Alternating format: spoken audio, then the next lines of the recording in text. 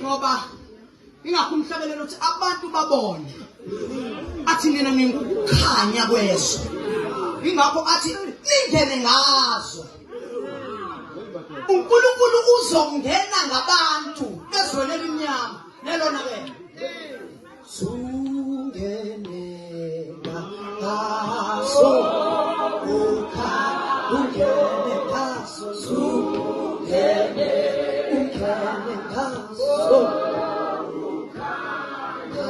Ngalo manda akho umoya wakho biza sonyana bahambise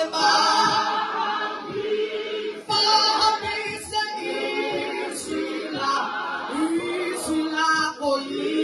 izinto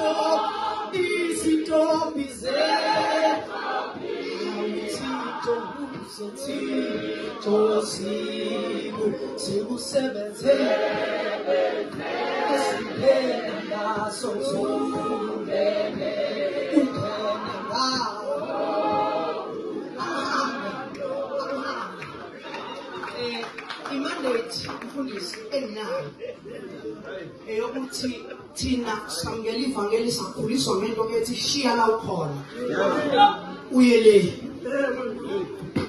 kanti uJesu uyakwazi ukusebenza ngomuntu eyimtopiya nje ensizwa yaseTopiya ephila ubungcwele kaNkulunkulu ephila ivangeli kaNkulunkulu nebhanti lakhe laseTopiya lithulo thengeli clean aphila ivangeli nje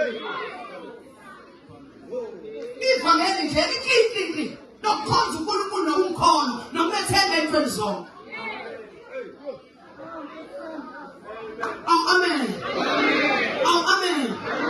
Kahle kahle kube konke ngami kudala ongekushunyayelwe eTopiya ngoba imhlabelelo yakhona injumayelo ephelele injumayelo nje zonke ingoma zakhona zizinjumayelo ephelele zikhuluma nomuntu kodwa ubheka ukuthi wena nje imhlabelelo yesonto uthwele ukuthi isonto yebo uyibambe lemhlakalo abantu bayithini Alibonge igama lenkosi. Akabonge uJesu. Sayibamba before uMamatende, sayibamba eTopiya. Samuzwa umehlabelela sathi ikhuluma nami le mina personal. Ngoba noma singacula sonke kodwa ufika isikhathi la kufanele ikhulume nawe. Mayithi bizonyana beTopiya uthi kushiwo mina. Makusakhoma abantu uthi akushiwo mina. La kushiwo mina la yimi la eTopiya.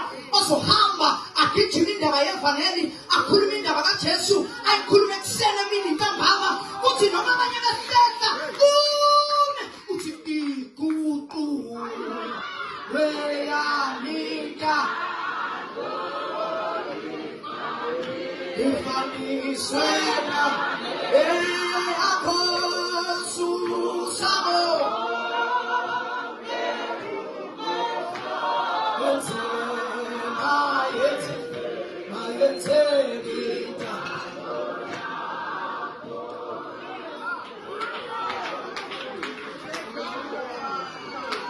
khona kodwa.